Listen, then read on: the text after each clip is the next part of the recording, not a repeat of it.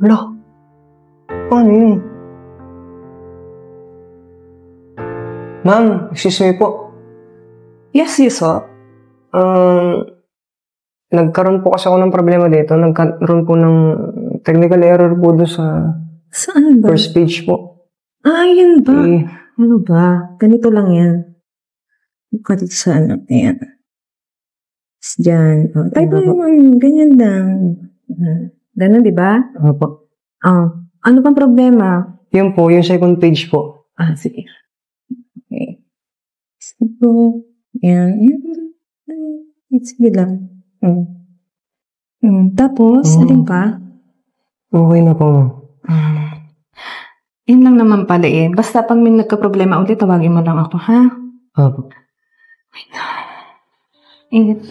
Nasa office po tayo, ba't po kayo nag-ubad dyan? Masyado kasi mahina yung aircon natin dito. Pag nagka-problema, tawagin mo lang ako. Sige po. Bye. Salamat po, ma'am. Ano nangyari kay ma'am? Ayos naman ang aircon. Ba't kailangan pa niyang magkuha dito? Tama ba yun? Pasok ka na ba, Han? Hindi pa. Pinaghain mo na ba ako ng almusal ko?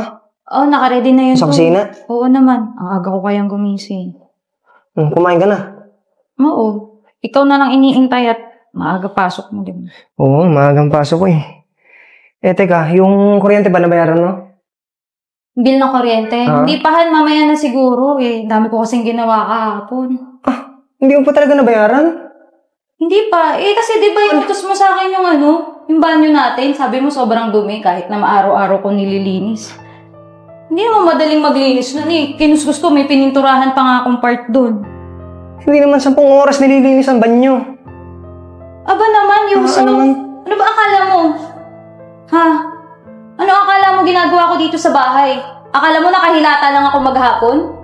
Hindi porket ikaw nagbibigay ng pera dito, ganyan mo ako aastahin ha? Ganyan ka umasta sa akin? Dali-dali. Magkukumute ka lang. Pupunta ka lang na bakit babayaran yun. Hindi mo magawa. Grabe ka naman. Hindi mo ako yaya, Yusuf. Grabe ka, parang hindi mo ako girlfriend kung ano. Halos araw-araw mo kasama dito sa bahay. Hindi mo ba nakikita kung paano ako kumilos dito? Halos pagod na pagod ako araw-araw. Pagod ka sa trabaho, oo. Pero ako, nakikita mo kung gaano ako kapagod dito sa bahay. Paano ako maglinis ng buong bahay na to? Hindi mo nakikita yun. Tas ngayon, naartehan mo ako. Hindi ko alam bakit ka ganyan sa akin. Bakit mo ko ganyan tratuhin? Anong gusto mo? Ako mabayad? Ako pumunta doon? Wala naman ako sinabing ganun, di ba? Ang akin lang intindihin mo bakit hindi ako nakapagbayad ng bill. Dahil lang sa bill ng Meralco, gaganyanin mo ako? Alam mo, pumasok ka na! Pumasok ka na! Umalis ka na! Babayaran ko yon. Bayaran mo, ha? Tignan, imbis na kumain na ako. Nawalan ako ng gana. Alam mo ka.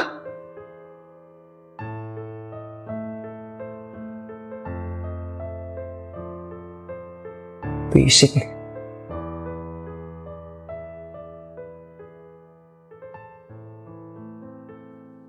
So, yun lang nga lang gagawin. Basic.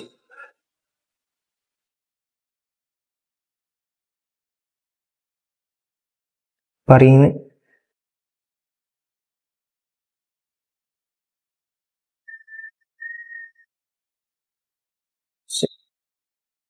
Good morning, Yusuf. Morning po. Ata, hindi ka nag-good morning sa akin ngayon. May problema po kasi sa bahay.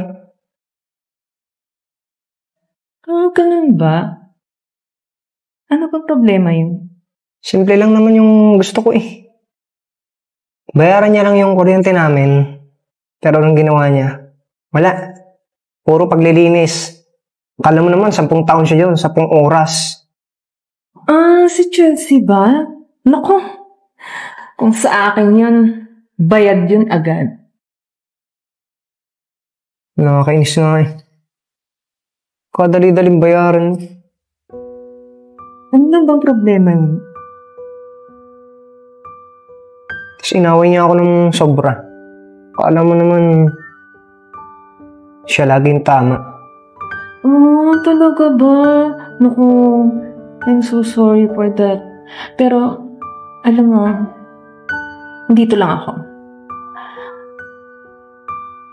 Pag ganun ba may problema ka, magsabi ka lang. Okay? Sige po, ma'am. Sige. Tawagin mo lang ako. Opo.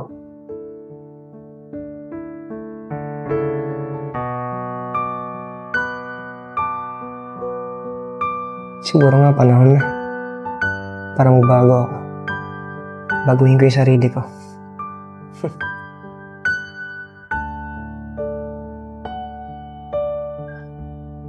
Papasok ka na agad? Oo. Parang araw-araw yata aga mo laging umalis, Han. Ayoko ng gulo eh. Kaya gusto ko maaga akong umalis. Nagluto na pala ako ng umagahan doon. Di na ako kakain. Kumain ka muna. Sa labas na ako kakain. Sinisira mo umaga ko. Bakit? Ano bang ginawa ko?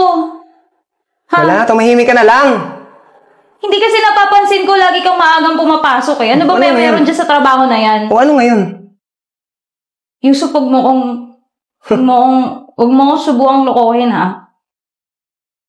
Nagtataka lang naman ako bakit lagi kang maagang pumasok eh. Tahimik! Alis na ako. Nagluto ako ng pagkain doon. Wala akong pakalam. Yusuf! Yusuf, kumain ka muna!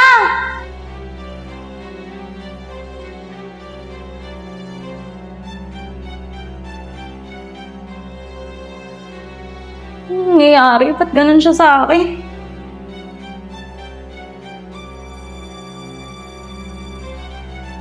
Siguro kailangan kong pababain yung ego ko. Kailangan ko siyang suyuin. Subukan kong isurpresa siya sa trabaho niya.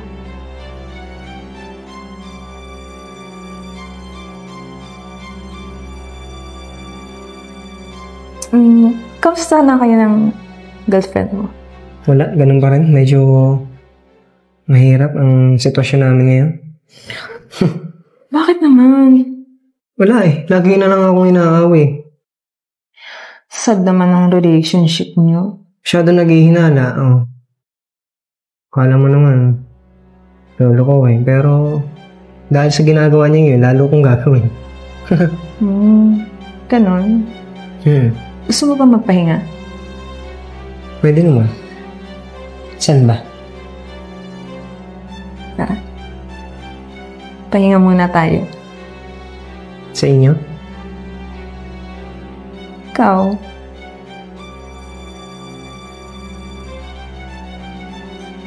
Wala tong work ko, ma'am. Okay lang yan. Mamaya na yan. Parang na. Saan na to? Kaya lang po. Shutdown ko lang to. Let's go. Tama na yan. Tara.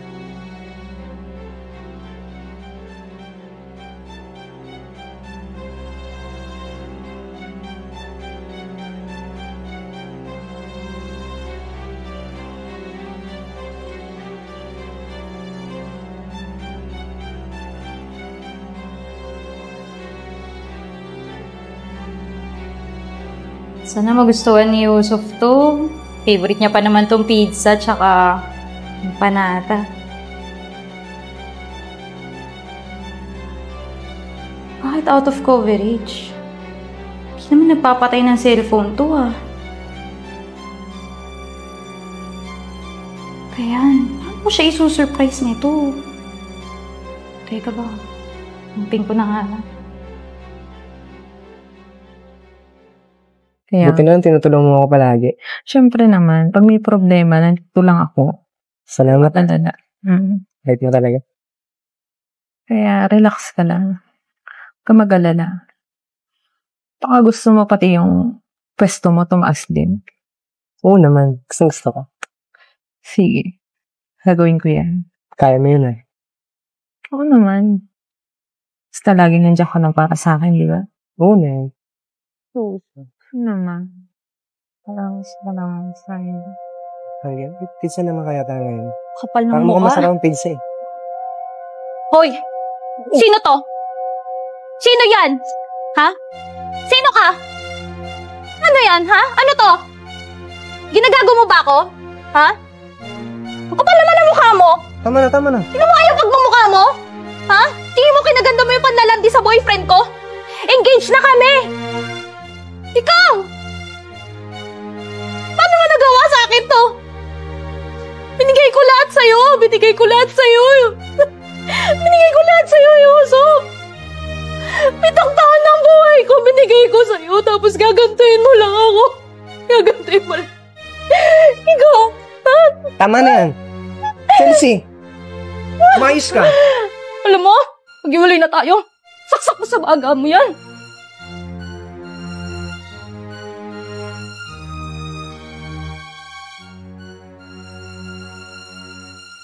Okay, pinapunta ko kayo dito dahil gusto din ako itanong. Hindi mo kinaganda mo yung panlalandi sa boyfriend ko? Engaged na kami! Ikaw!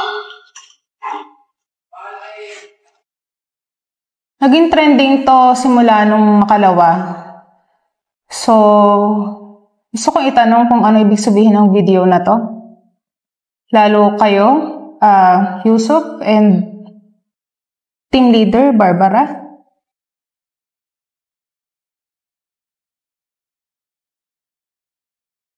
Actually, hindi ko naman talaga intention na mangyari eh. Magkaroon po kami ng relasyon.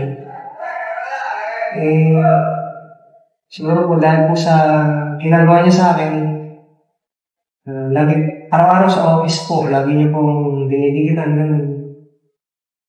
Hanggang sa, tapos lagi po kami nag-aaway ng palagay ng partner ko.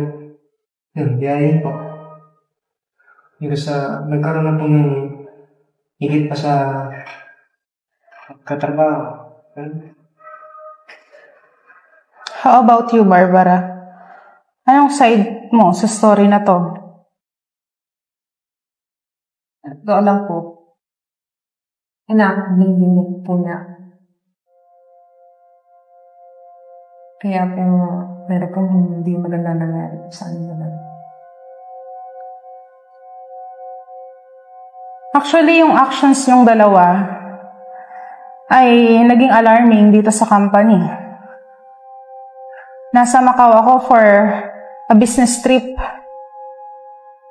At bigla akong napauwi because I saw this post on a certain Facebook profile mula din dito sa company na to. At sobrang nag-trending. Kino-question tuloy ako ng aking investors kung may moralidad ba ang aking mga tauhan dito. And I am so disappointed. Lalo sa'yo, Barbara, pinagkatiwalaan kita.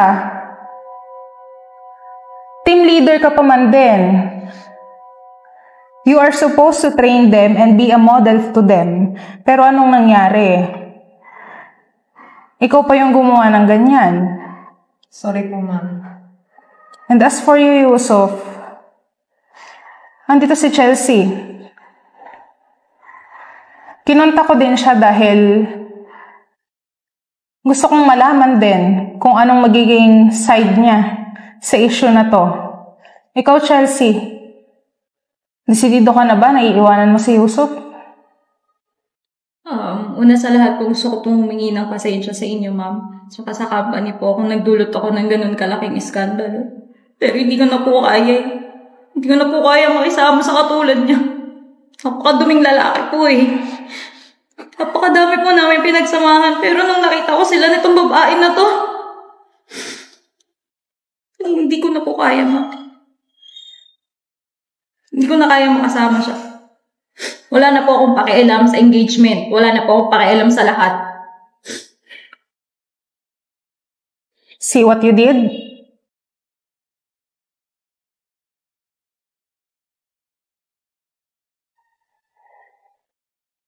Sa totoo lang, yung panandali ang saya. Kadalasan, yan ang nagdadala sa atin ng lungkot. Yan din na nagbabagsak sa atin bilang isang tao. Lalong-lalo na yung kasiyahang dala ng laman. Yung kasiyahan na mayroong betrayal. At syempre yung kasiyahan na mayroong ka ding nasasaktang ibang tao. So sana maisip ninyong dalawa yung ginawa ninyo kasi nakikita kong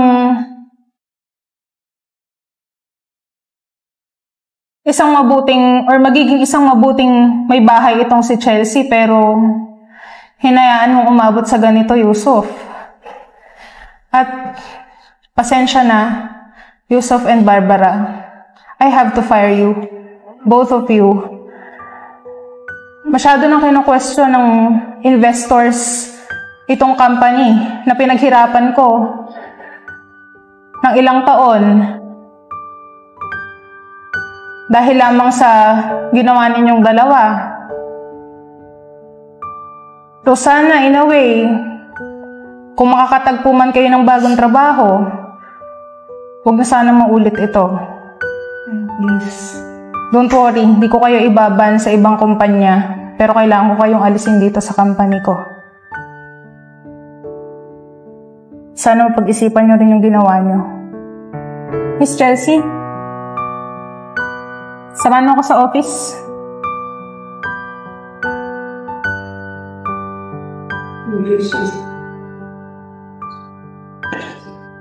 Ano kasi